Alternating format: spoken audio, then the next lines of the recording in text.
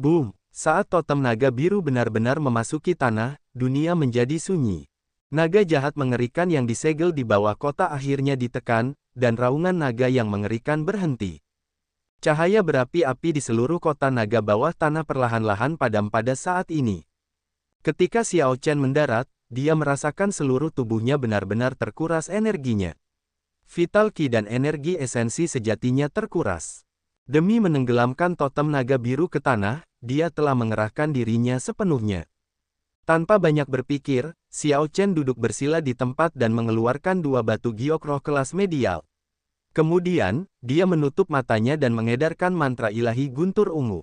Junior, siapa namamu? Xiao Chen, yang dengan cemas memulihkan kekuatannya, mendengar suara serius itu di benaknya sekali lagi.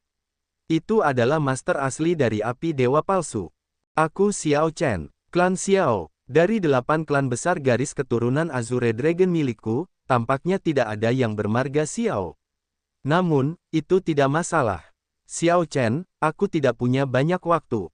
Aku hanya bisa mewariskan Fogat Flame ini kepadamu. Riak-riak menyebar di hati Xiao Chen. Dia tidak tega memberitahu pihak lain bahwa dialah satu-satunya yang tersisa dari garis keturunan Azure Dragon. Setelah berpikir sejenak, Xiao Chen bertanya dengan lembut, apakah tidak ada cara lain? Karena Fogat Flame belum padam, aku dapat membantu senior menemukan tubuh dan menjalani kelahiran kembali. Bukankah itu akan berhasil?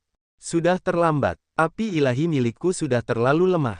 Kehendak jiwaku hanya memiliki seutas sisa pikiran yang tersisa. Tidak ada cara untuk berhasil. Selain itu, aku juga tidak ingin terus hidup, jadi tidak perlu memaksakannya. Suara yang keluar dari Fogat Flame itu terputus-putus, yang menunjukkan bahwa senior itu tidak dalam kondisi yang lengkap. Xiao Chen tetap diam, tidak tahu harus berkata apa. Tidak perlu dikasihani. Aku sudah hidup cukup lama. Ingat, Raja Naga Hitam akan kembali dalam 100 tahun. Totem Naga Azure ini hanyalah pilihan terakhir dan tidak dapat menjebak Raja Naga Hitam lama-lama. Sungguh malang, betapa malangnya. Pada akhirnya, aku mengkhianati kepercayaan besar Kaisar Naga berlumuran darah. Suara Dewa Api palsu memudar, perlahan menghilang. Senior, senior, tidak peduli bagaimana Xiao Chen memanggil dalam benaknya, suara itu tidak lagi muncul, membuatnya mendesah. Wosh! Tiba-tiba, banyak kenangan yang bukan milik Xiao Chen muncul di benaknya. Ini adalah dari masa lalu yang dialami oleh Tuan Dewa Api palsu. Banyak adegan melintas dan berkedip-kedip di benak Xiao Chen terus-menerus seperti film. Namun, karena apa yang diterimanya hanyalah seutas sisa pikiran, banyak kenangan dan informasi yang tersebar. Xiao Chen baru berhasil mengatur informasi setelah waktu yang lama dan memperoleh pemahaman kasar tentang asal-usul Raja Naga Hitam. Tidak ada naga hitam dalam sejarah ras naga. Naga hitam juga bukan bagian dari 7 naga ilahi berwarna. Raja Naga Hitam adalah mutasi alami. Pada hari kelahirannya, ada berbagai macam tanda-tanda menakutkan. Seiring bertambahnya usia Raja Naga Hitam, ia tumbuh semakin kuat, hampir menantang surga, dan dengan cepat melampaui banyak ahli generasi senior ras naga. Raja Naga Hitam menyebut dirinya reinkarnasi Dewa Naga dan membunuh dengan tangan besi. Setelah memperoleh posisi Kaisar Naga, ia dikenal sebagai Raja Naga Hitam di dunia luar. Setelah itu, para ahli tersembunyi dari ras naga bekerja sama untuk menyegel Raja Naga Hitam. Namun, ia tampak abadi. Setiap kali, ia akhirnya berhasil melepaskan diri dari segel. Setelah beberapa kali naik turun, Raja Naga Hitam akan selalu muncul di ras naga dan menimbulkan badai berdarah, membawa segala macam malapetaka. Akhirnya, Kaisar Naga berlumuran darah secara pribadi menyegel Raja Naga Hitam. Kemudian, seorang ahli dewa palsu ras naga menggunakan api ilahinya sendiri untuk menekan Raja Naga Hitam. Sayangnya, efektivitas segel tersebut telah melemah. Api dewa palsu hampir padam, yang memberi Raja Naga Hitam kesempatan. Jika bukan karena kemunculan Xiao Chen secara kebetulan, Raja Naga Hitam akan berhasil melarikan diri lebih awal, tidak perlu menunggu 100 tahun lagi. Xiao Chen merasakan ledakan ketakutan yang berkepanjangan. Jika dia tidak menancapkan totem itu ke tanah dan Raja Naga Hitam kembali, dia tidak hanya akan mati, tetapi Raja Naga Hitam juga akan membawa malapetaka yang tidak terduga. Selama waktu ini, Xiao Chen juga telah memilah metode untuk mewarisi api dewa palsu. Meskipun api dewa palsu ini telah padam, energi yang terkandung di dalamnya sangat besar. Xiao Chen berpikir tentang bagaimana Zhen Yuan tumbuh begitu kuat setelah menyerap sifat iblis. Api dewa palsu pasti tidak kalah. Namun, Xiao Chen berbeda. Dia tidak akan memurnikannya dengan paksa dan menggunakannya untuk meningkatkan kekuatannya. Tidak ada jalan pintas di jalur kultivasi bela diri. Hanya penampilan Zhen Yuan sebelumnya, yang bukan manusia atau hantu, adalah pelajaran terbaik. Dengan bakat Zhen Yuan, dia tidak harus melakukan hal ekstrim seperti itu, meninggalkan agama Buddha dan mengolah Dao Iblis. Itu sungguh disayangkan. Xiao Chen menyingkirkan pikiran-pikiran yang mengganggu ini dan mulai merumuskan beberapa metode secara terorganisasi, perlahan-lahan menerima warisan dari Fogat Flame. Tanda api terang di dahi Xiao Chen berangsur-angsur meredup. Wosh! Xiao Chen membiarkan tubuh fisiknya, inti primal, dan jiwanya menyerap energi yang terkandung dalam Fogat Flame sedikit demi sedikit hingga melonjak ke seluruh tubuhnya. Energi ini bukan hanya energi esensi sejati, vital ki, atau energi jiwa. Sebaliknya, itu adalah ketiganya. Selain itu, ada seutas kekuatan ilahi yang paling penting. Saat Xiao Chen menyerap warisan dalam proses alami, kultivasinya tumbuh dengan cepat. Tubuhnya melepaskan bintik-bintik cahaya spiritual. Di kota naga gelap, mereka tampak seperti kunang-kunang yang sangat cantik. Xiao Chen sengaja melepaskannya. Dia tidak serakah seperti Zhen Yuan.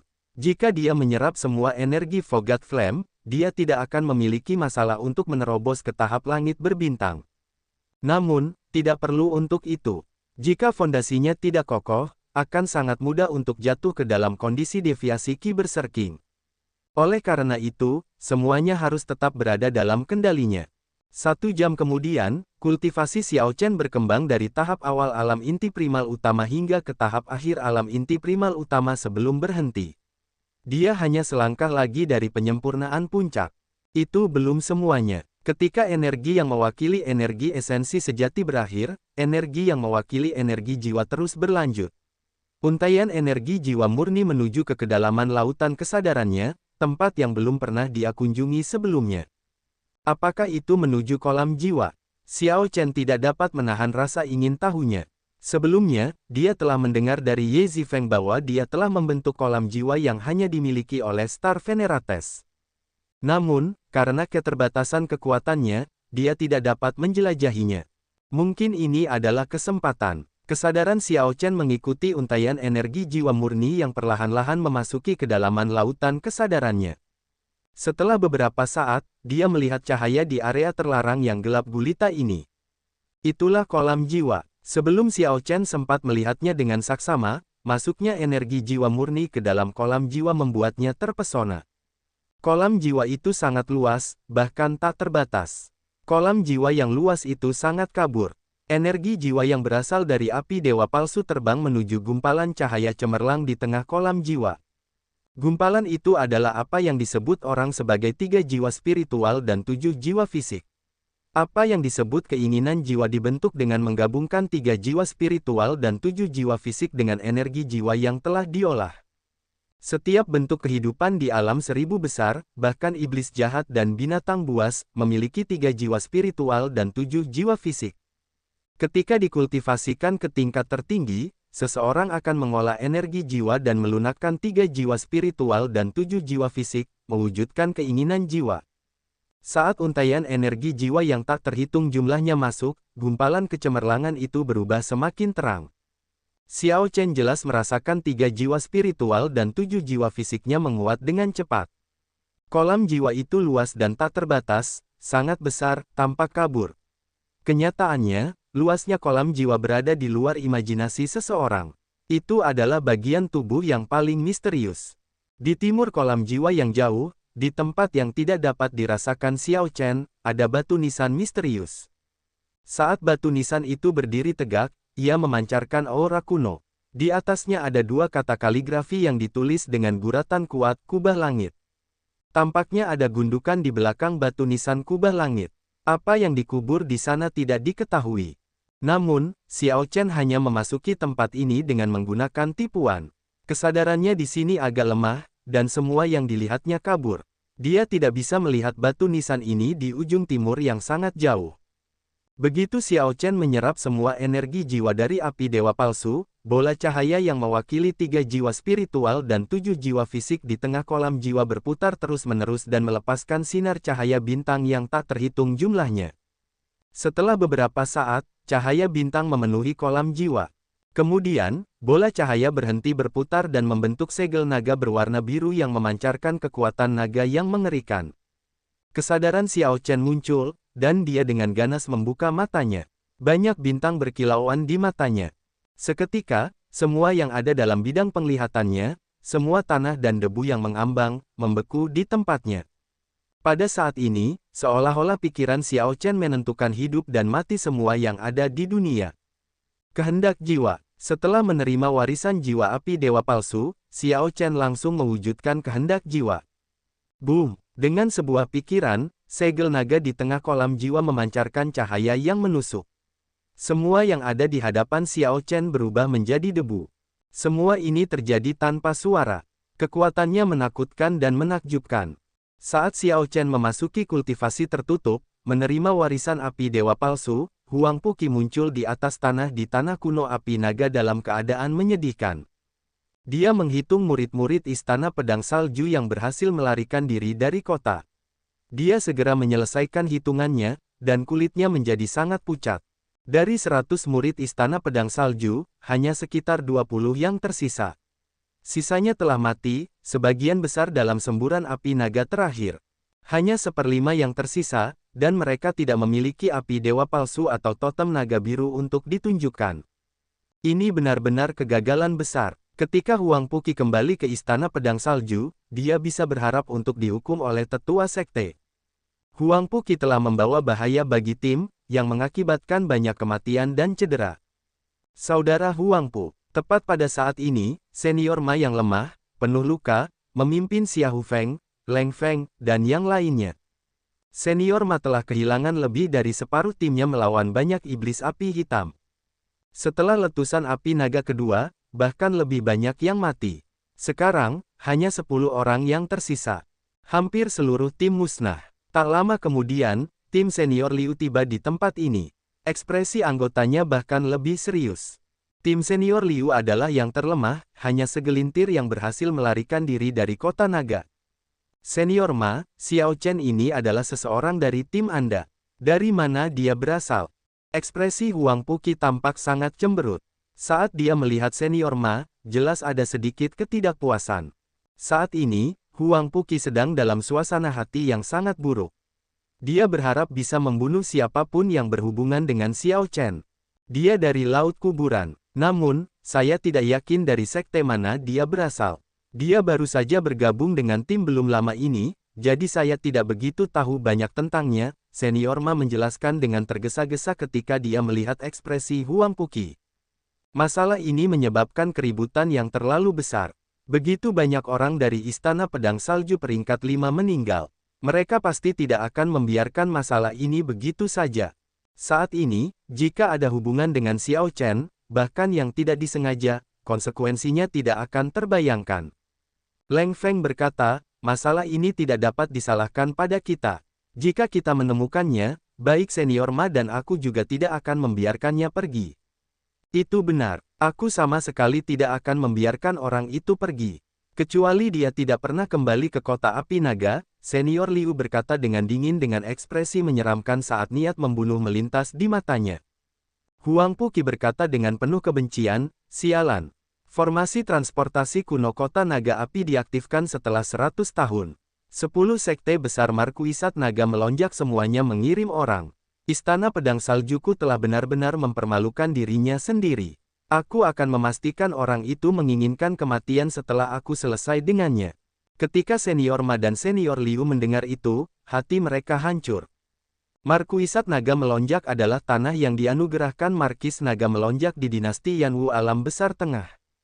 Ketika sebuah dinasti bertahan selama 10.000 tahun tanpa mati, keberuntungannya berkembang pesat. Mereka yang dianugerahkan berbagi keberuntungan dinasti. Sejak sebuah dinasti didirikan, ia mulai mengumpulkan keberuntungan. Sekarang, 4 dinasti besar telah mengumpulkan keberuntungan selama ratusan ribu tahun. Saat ini, masing-masing dinasti ini memiliki pengaruh yang sangat besar atas seluruh alam seribu besar. Para bangsawan dari dinasti dapat menggunakan keberuntungan dinasti. Sekte-sekte yang diizinkan untuk membangun diri mereka di tanah yang diberikan kepada para bangsawan juga dapat menggunakan keberuntungan para bangsawan ini. Dibandingkan dengan sekte-sekte peringkat 5 yang didirikan di tempat lain, sekte-sekte peringkat 5 di dinasti-dinasti jauh lebih kuat, baik dalam akumulasi maupun kekuatan. Menurut Huang Puqi, 10 sekte peringkat 5 dari Markuisat Naga Melonjak semuanya telah mengirim orang ke sana. Akan aneh jika senior Ma dan senior Liu tidak terkejut. Pergi dan selidiki. Kita harus mencari tahu informasi Xiao Chen. Pada saat yang sama, sebarkan berita bahwa dia memperoleh api dewa palsu dan totem ras naga kuno. Mata Huang Puqi menyala dengan niat membunuh, amarah di hatinya tidak dapat dipadamkan. Dia meletakkan semua tanggung jawab atas kecerobohannya sendiri pada Xiao Chen. Kenyataannya, ketika seseorang pergi untuk pelatihan pengalaman, kematian dan cedera praktis tidak dapat dihindari. Kematian para pengikut Istana Pedang Salju sama sekali tidak ada hubungannya dengan Xiao Chen. Dengan pikiran sempit seperti itu, Huang Puqi jelas merupakan orang yang picik. Dengan begitu banyak korban tewas dan luka-luka, Huang Puqi dan yang lainnya harus menghancurkan bambu jimat mereka untuk kembali ke kota dan memulihkan diri. Ini mengakhiri pelatihan pengalaman mereka di kedalaman tanah kuno api naga. Tanda hubung tanda hubung tanda hubung.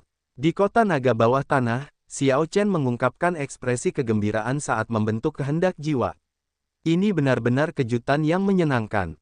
Tanpa diduga, warisan energi jiwa dari api dewa palsu membantunya secara langsung membentuk kehendak jiwa yang diimpikannya. Xiao Chen berpikir tentang bagaimana dia selalu berakhir dalam keadaan menyedihkan setiap kali dia menghadapi kehendak jiwa para pemuja bintang itu. Kekuatan kehendak jiwa itu terlalu menakutkan. Sekarang, dia memperoleh akses langsung ke kekuatan dunia.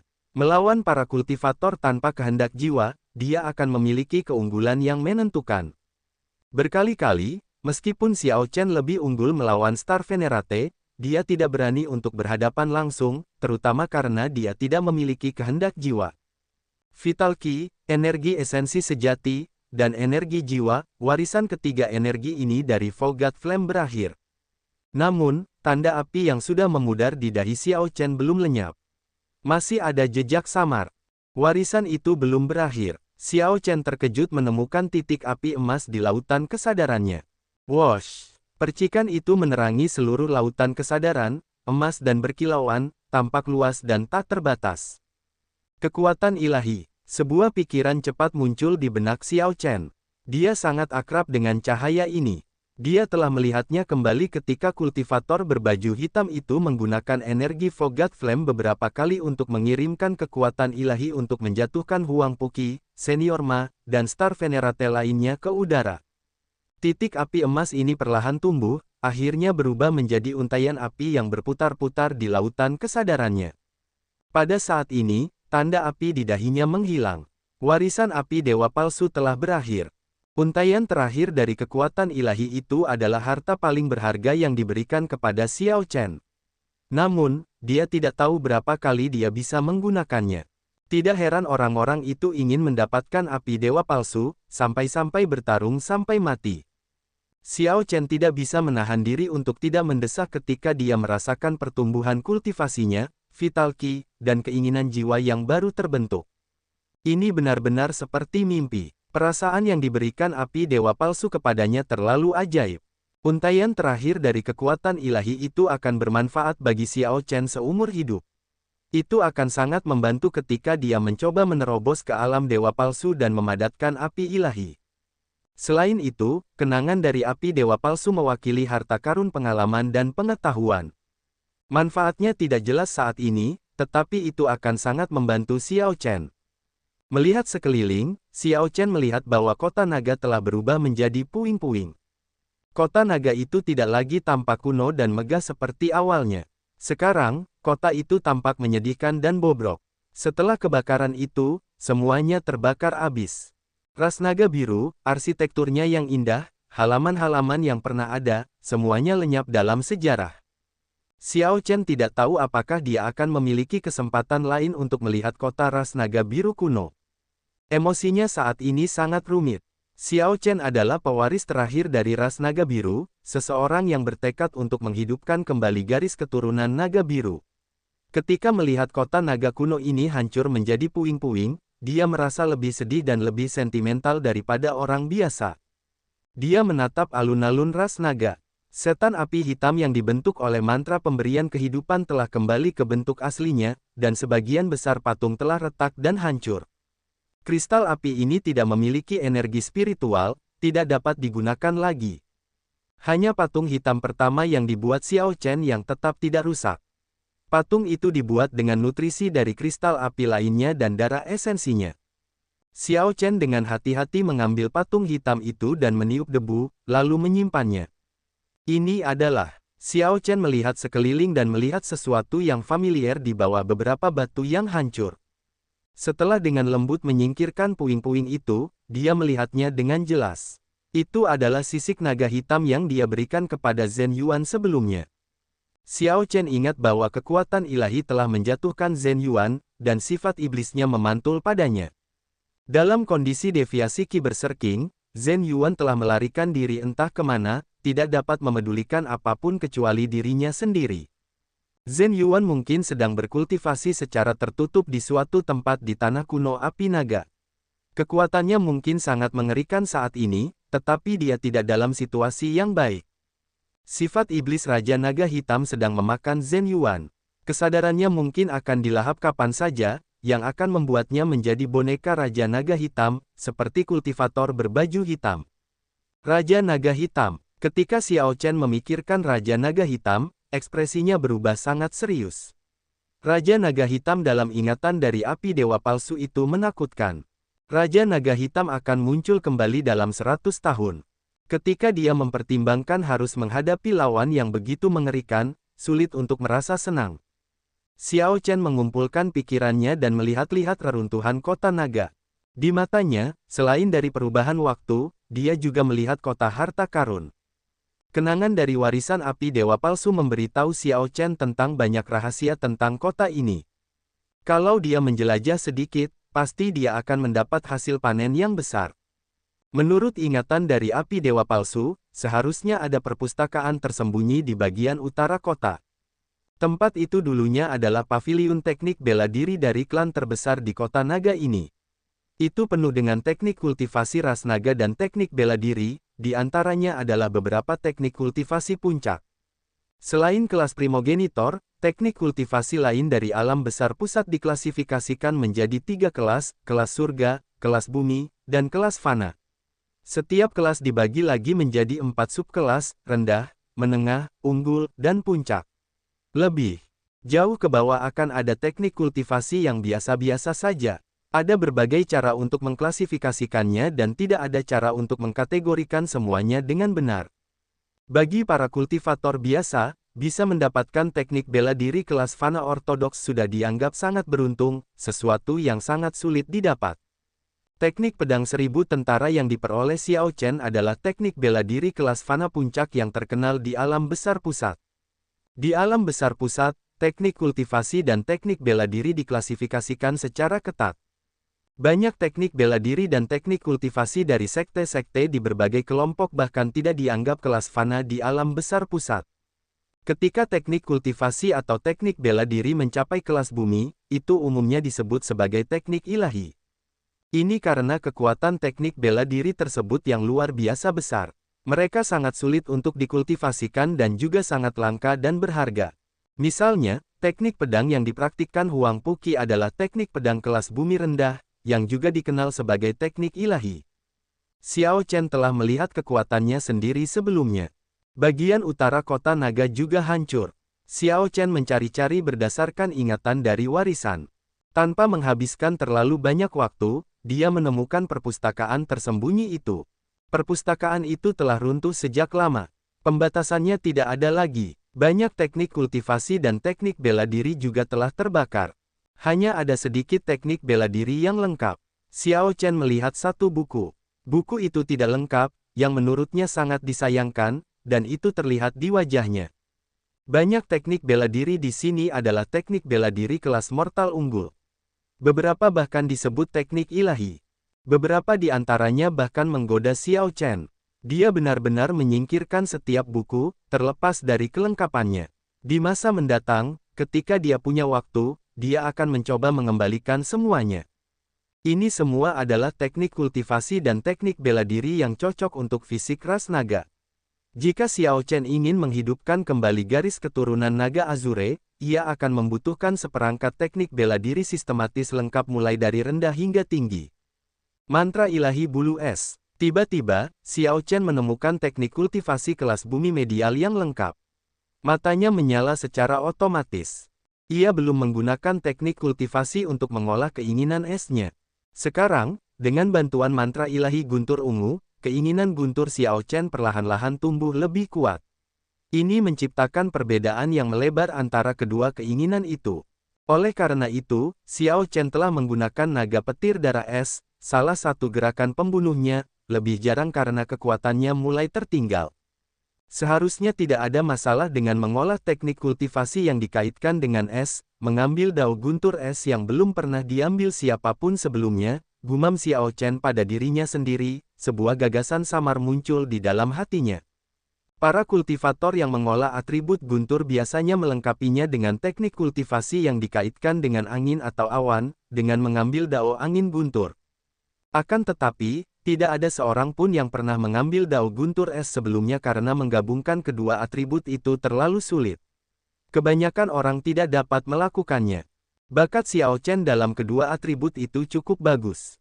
Lebih jauh lagi, ia berhasil menciptakan jurus mematikan, naga petir darah es. Ia mungkin dapat menempuh jalan dao guntur es. Setelah mengambil keputusan, Xiao Chen menyingkirkan buku panduan mantra ilahi bulu es ini, bersiap untuk mengolah teknik kultivasi lain ketika ia memiliki waktu luang. Setelah selesai mencari di tempat ini, ia mendesah sambil melihat kota naga yang bobrok. Kemudian, ia terus berburu di kota naga itu. Dengan bantuan ingatan dari warisan, Xiao Chen selalu menemukan sesuatu di reruntuhan yang luas itu. Sebulan kemudian, ia telah menjarah semua harta karun di kota naga yang hancur itu. Hasil panennya melampaui harapannya. Xiao Chen menatap kota naga itu dengan muram sekali lagi sebelum meninggalkan kota naga itu dan kembali ke permukaan. Itu hanya beberapa lusin hari, tetapi ketika dia kembali ke permukaan, dia memiliki persepsi yang salah bahwa 1000 tahun telah berlalu. Perubahannya terlalu drastis. Xiao Chen saat ini benar-benar berbeda dari Xiao Chen sebelumnya. Sebelum memasuki kota naga, bagaimana mungkin Xiao Chen berharap bahwa hanya dalam puluhan hari, kultivasinya akan menembus ke tahap akhir alam inti primal utama, vital ki-nya akan mencapai 10 kekuatan kuali, dan dia bahkan akan membentuk keinginan jiwa yang dia cari dalam mimpinya. Xiao Chen mengeluarkan potongan bambu jimat itu dan menghancurkannya. Sepetak cahaya dan bayangan berbintik-bintik segera muncul di bawah kaki Xiao Chen, terus-menerus berkedip. Setelah sekitar 7 menit, formasi lengkap muncul. Wosh! Dengan lonjakan energi yang sangat besar, Xiao Chen menghilang. Ketika Xiao Chen muncul lagi, dia kembali ke formasi transportasi kuno di kota utara Dragon Flame City. Si pendekar pedang Xiao Chen. Ketika Xiao Chen muncul, lelaki tua yang menjaga formasi itu mengungkapkan ekspresi aneh. Xiao Chen mendesah pelan sebelum bertanya, "Tuan, Anda mengenal saya?" "Haha, siapa di kota ini yang tidak mengenalmu?" Xiao Chen berjubah putih. "Anda mengusir 3 faksi sendirian. Bahkan Huang Puqi dari Istana Pedang Salju sangat menderita di tangan Anda." Ketika Xiao Chen mendengar itu, dia merasa tercengang. Berita itu menyebar sangat cepat. Namun, titik kritisnya adalah rumor mengatakan Anda mewarisi api dewa palsu dan memperoleh totem ras naga kuno. Saat ini, bukan hanya Huang Puqi dari Istana Pedang Salju yang menginginkan hidup Anda tetapi juga tim senior Ma dan senior Liu. Cahaya aneh berkelebat di mata lelaki tua itu saat dia tersenyum. Boom! Tiba-tiba, lelaki tua itu menyerang, meninju Xiao Chen dan memancarkan auranya. Dengan pukulan ini, langit berubah warna. Ini adalah serangan tiba-tiba dari seorang ahli inti primal utama. Kekuatannya luar biasa. Jika itu adalah Xiao Chen di masa lalu, dia pasti akan bingung, butuh waktu sejenak untuk menenangkan diri. Sekarang, Xiao Chen hanya tersenyum dingin. Begitu Xiao Chen muncul dalam formasi, dia sudah merasakan sesuatu yang aneh dengan lelaki tua ini. Karena itu, dia terus mengawasi dan tidak terkejut dengan serangan tiba-tiba itu. Dengan sebuah pikiran, vital Qi dalam tubuh Xiao Chen melonjak. Tulang naga di tubuhnya bergerak. Kemudian, dia menggunakan tubuh fisiknya yang mengerikan untuk secara paksa menerima pukulan pihak lain. Bang! Sebuah suara keras terdengar saat Xiao Chen menerima pukulan ini secara langsung. Tulang naga yang diperkuat memblokir sebagian besar kerusakan. Aliran energi esensi sejati dengan mudah menghilangkan kekuatan yang tersisa. Meskipun menerima pukulan secara langsung, Xiao Chen tidak terluka. Bagaimana ini bisa terjadi? Orang tua itu terkejut, membuat ekspresi yang sangat ngeri, agak tercengang. Meskipun serangan tiba-tiba orang tua itu bukanlah serangan puncaknya, kekuatannya sama sekali tidak kecil. Meskipun demikian, Xiao Chen tidak hanya tidak terluka, tetapi dia juga tidak mundur setengah langkah pun. Enyahlah. Pada saat orang tua itu merasa ada sesuatu yang salah dan ingin mundur, vital Qi yang melonjak dalam tubuh Xiao Chen telah mengalir keluar. Sialan, sialan, sialan. 10 kuali naga yang dibentuk oleh vital Qi di atas kepala Xiao Chen saling berbenturan, menghasilkan suara yang memekakkan telinga. Xiao Chen membalas pukulan itu, dan 10 kekuatan kuali meledak, membuat lelaki tua itu terpental. Lelaki tua itu jatuh ke tanah dalam keadaan menyedihkan, pakaiannya compang camping dan dagingnya hancur berantakan. Setelah merapikan pakaiannya, Xiao Chen melangkah pergi. Ketika lelaki tua lain di dekatnya, yang menjaga formasi, melihat pemandangan ini, mereka tercengang. Namun, tidak ada yang berani menghalangi jalan Xiao Chen. Ini adalah kota api naga, tempat kekuatan berkuasa. Para ahli adalah hukum di sini. Xiao Chen berpikir sejenak. Seharusnya Huang Puqi yang membocorkan berita tentangnya. Ini menggelitik keserakahan berbagai kultivator di kota itu.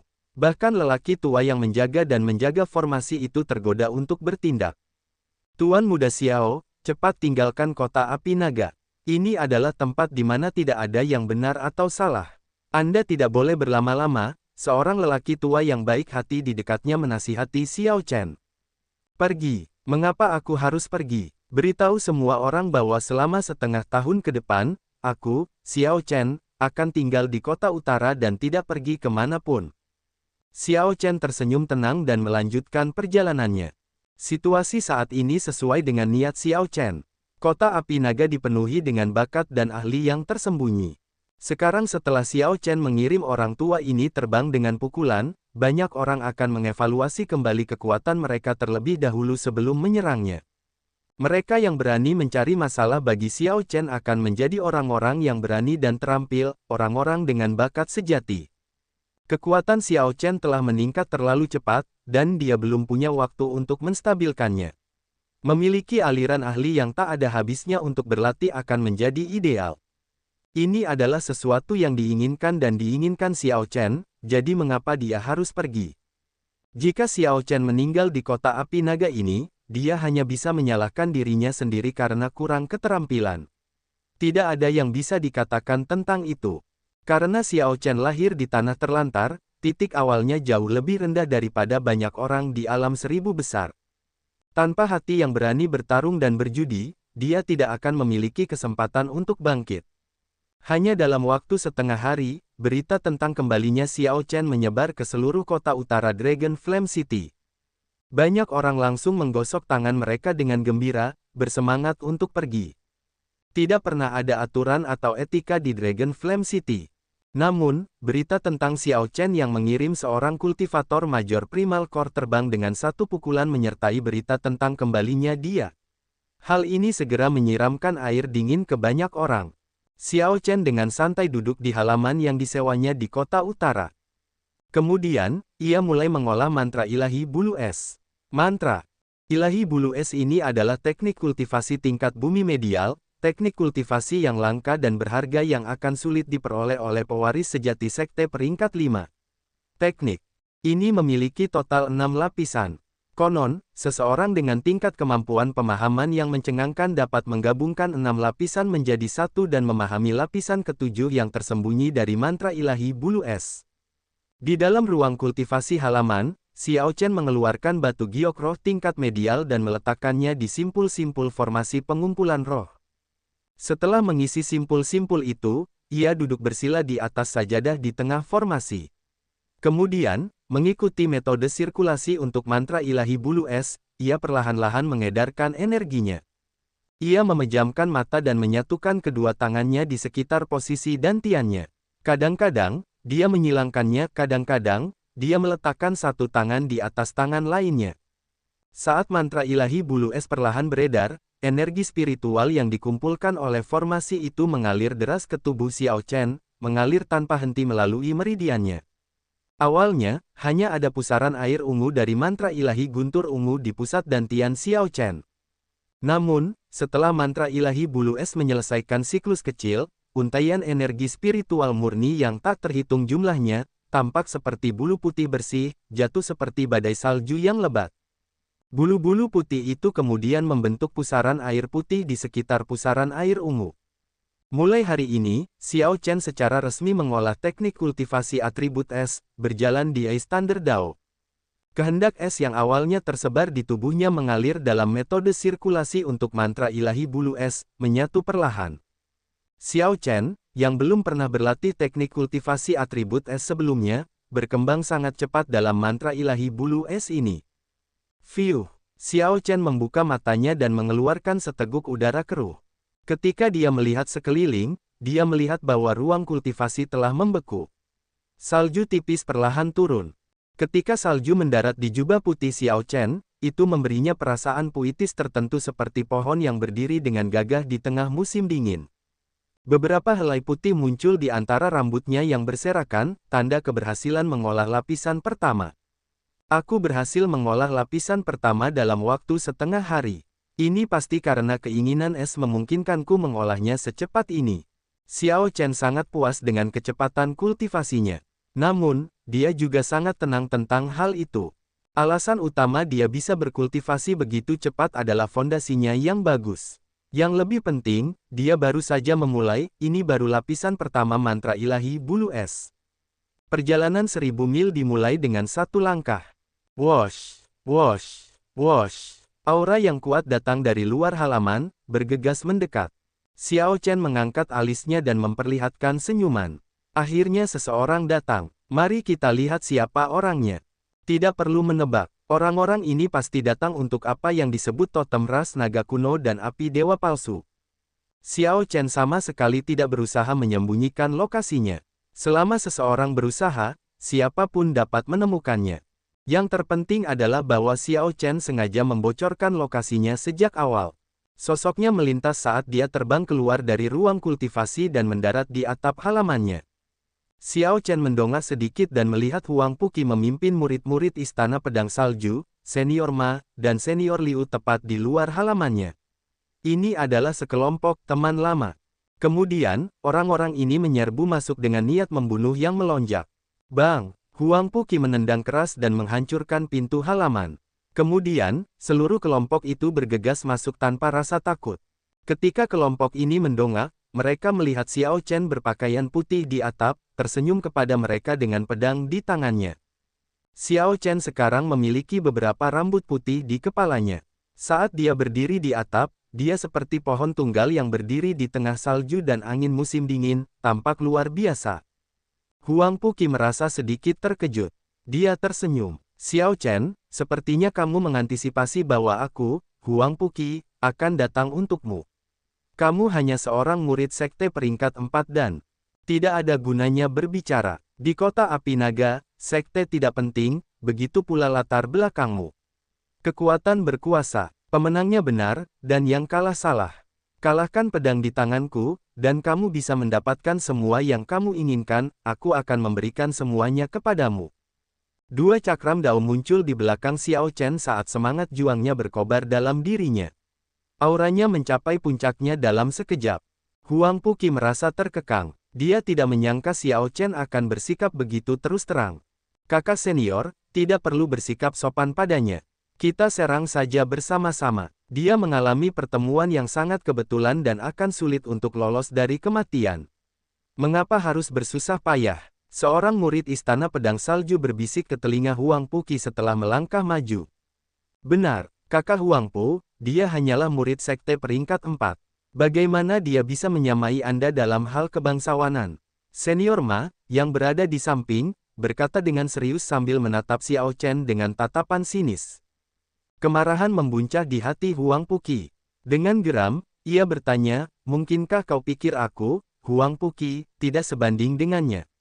Aku adalah pewaris sejati Istana Pedang Salju, seorang pemuja bintang tahap awal.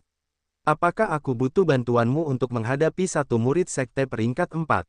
Huang Puqi mendongak dan berkata, selama kau tidak menggunakan teknik boneka itu sejak hari itu, aku, Huang Puqi, tidak takut untuk melawanmu.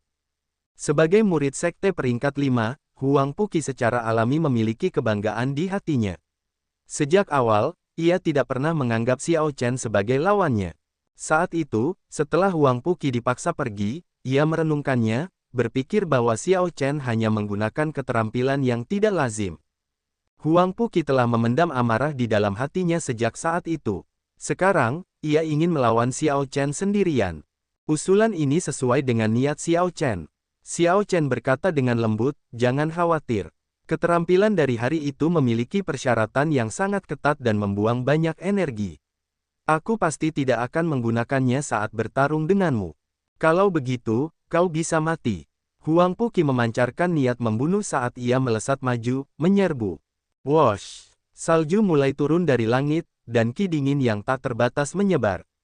Embun beku langsung menutupi seluruh halaman, mengubahnya menjadi istana es. Saat Huang Puqi menghunus pedangnya, pedang itu memancarkan cahaya pedang yang tak terbatas. Kemudian, sosoknya menghilang, menyatu dengan salju di udara. Indah sekali. Banyak ahli kota api naga yang menonton dari persembunyian dan para murid Istana Pedang Salju tidak dapat menahan diri untuk memuji ketika mereka melihat serangan pedang Huang Puqi. Huang Puqi benar-benar sesuai dengan menjadi pewaris sejati Istana Pedang Salju. Penggabungan pedang Dao dan es Dao-nya berada pada tingkat yang tidak dapat dicapai oleh banyak generasi senior. Ini benar-benar luar biasa indahnya. Saat pedang itu terhunus, salju yang berterbangan dan cahaya pedang menyatu. Apakah salju yang turun hanyalah salju atau cahaya pedang? Sulit untuk membedakannya, hampir seperti ilusi. Kudengar pendiri Istana Pedang Salju menguasai pedang ilahi kepingan salju dari salju yang lebat.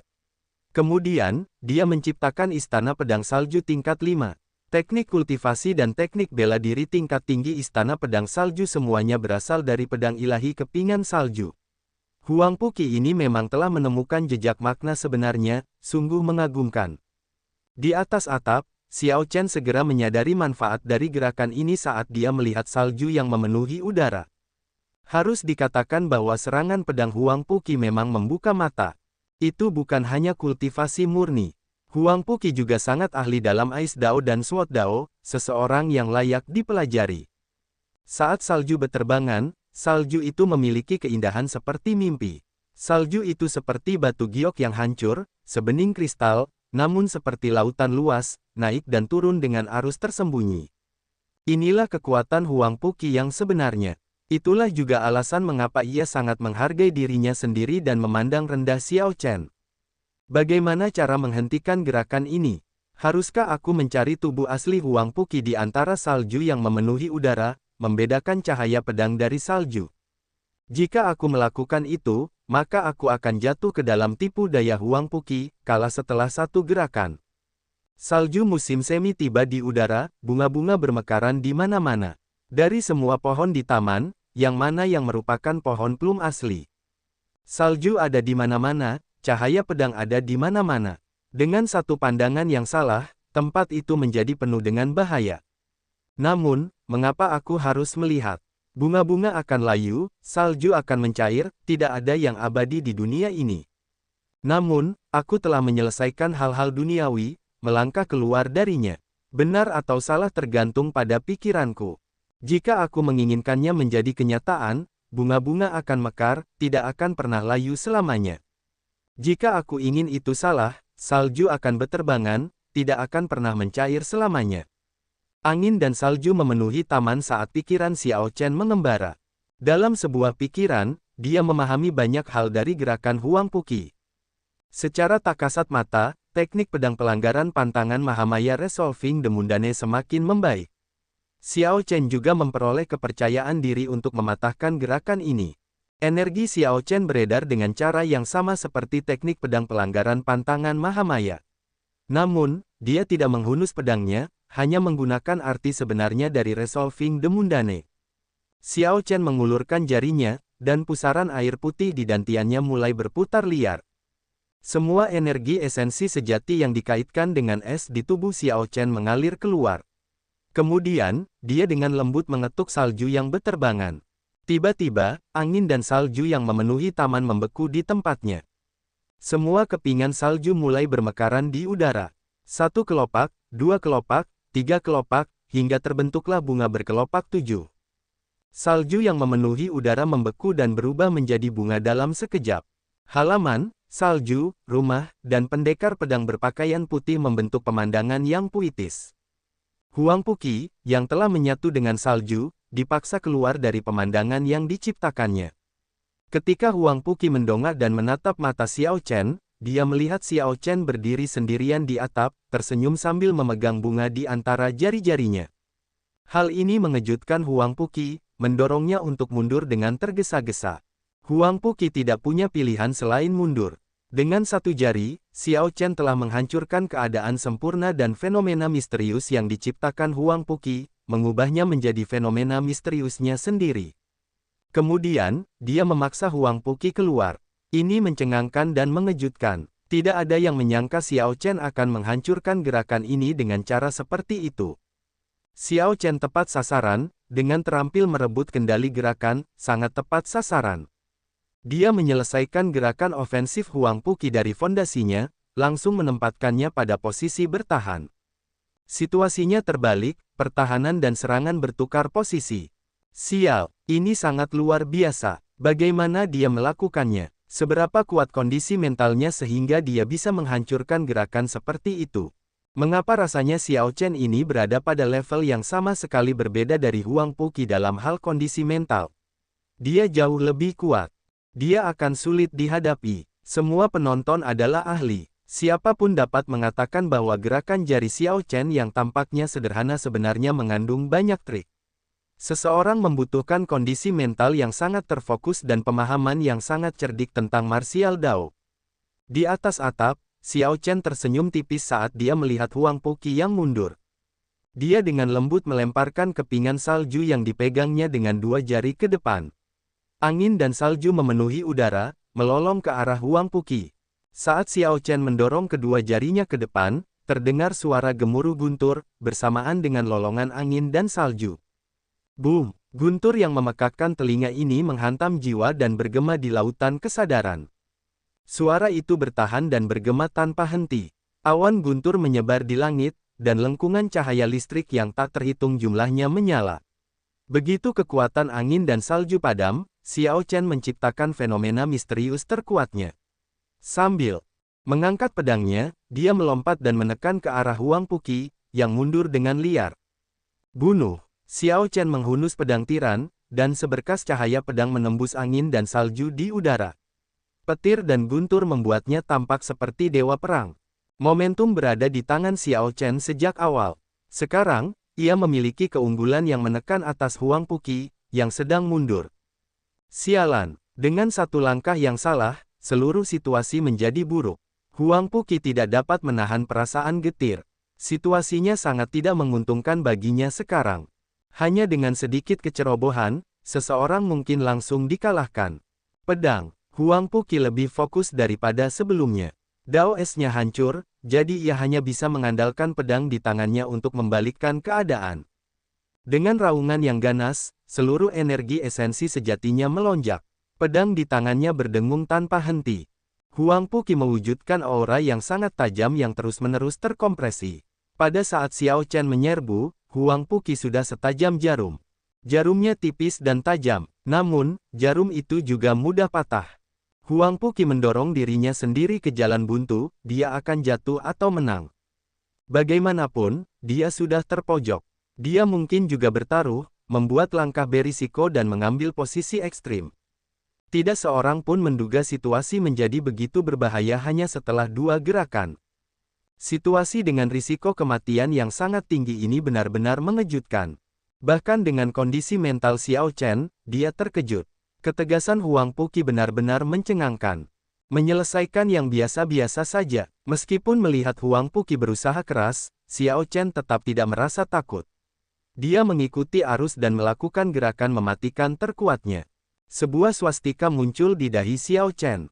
Dia tidak menunjukkan ekspresi apapun saat dia memotong 7 emosi dan 6 keinginan, melupakan dunia duniawi dan menjadi abadi. Seberkas cahaya pedang yang tak terpadamkan segera muncul. Cahaya Buddha yang tak terbatas, kuat, dan ganas menerangi sekeliling yang berada di bawah awan guntur. Itu seperti matahari yang menyala-nyala, bersinar selamanya dan tidak pernah padam. Ice Ceiling Chop, teriak Huang Puqi, dan 6 pedang es ki besar yang terhubung muncul di atas kepalanya, terbang menuju cahaya pedang abadi itu. Huang Puqi dengan lembut mendorong tanah, memancarkan cahaya berbagai warna, mempertaruhkan semua energi esensi sejati yang dimilikinya. Pedang Ki Ice Ceiling Chop dan cahaya pedang abadi saling beradu. Pecahan es melesat keluar dari 6 pedang Ki yang berputar tanpa henti.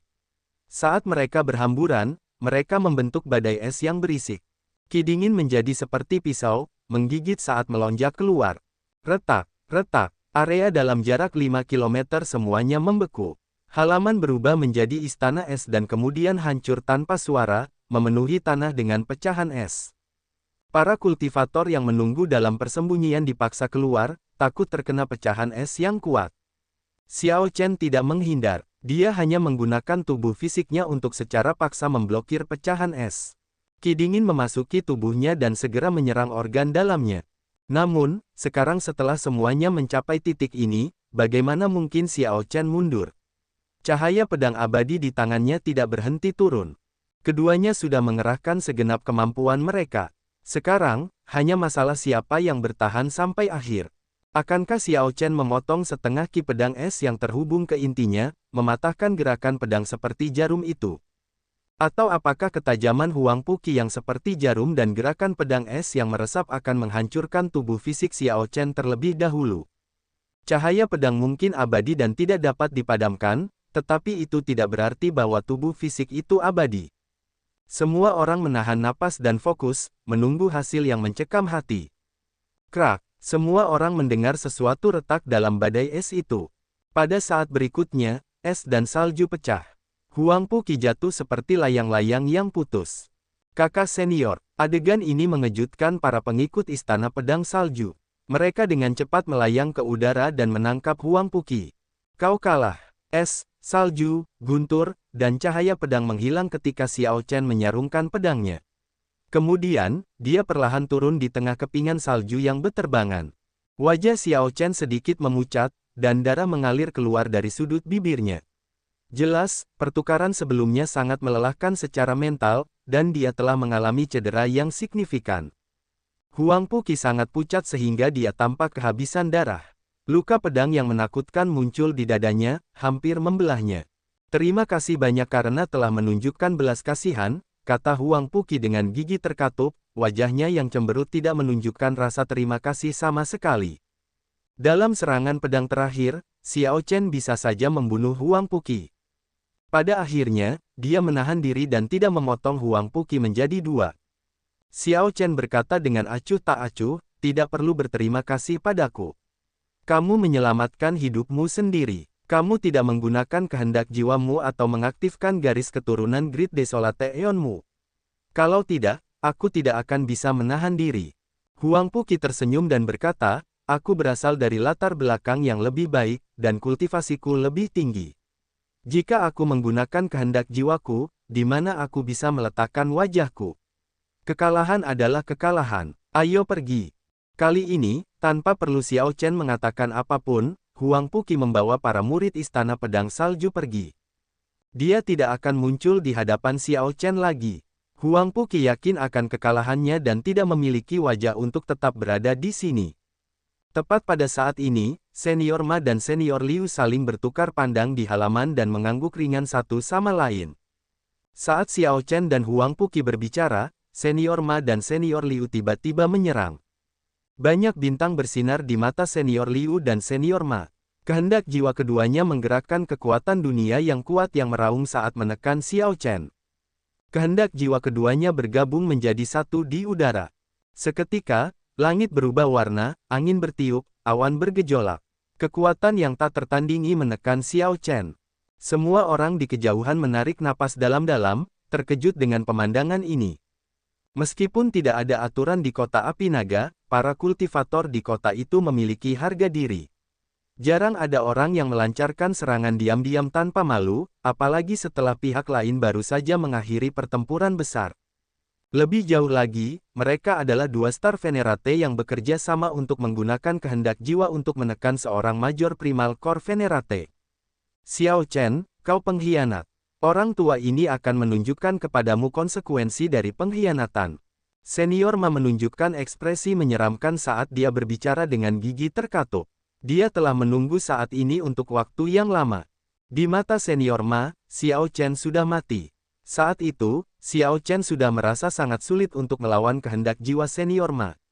Sekarang setelah senior Ma mendapat bantuan senior Liu, dia sangat yakin bahwa tidak akan ada yang salah ketika berhadapan dengan Xiao Chen yang terluka parah, yang baru saja bertempur dalam pertempuran besar.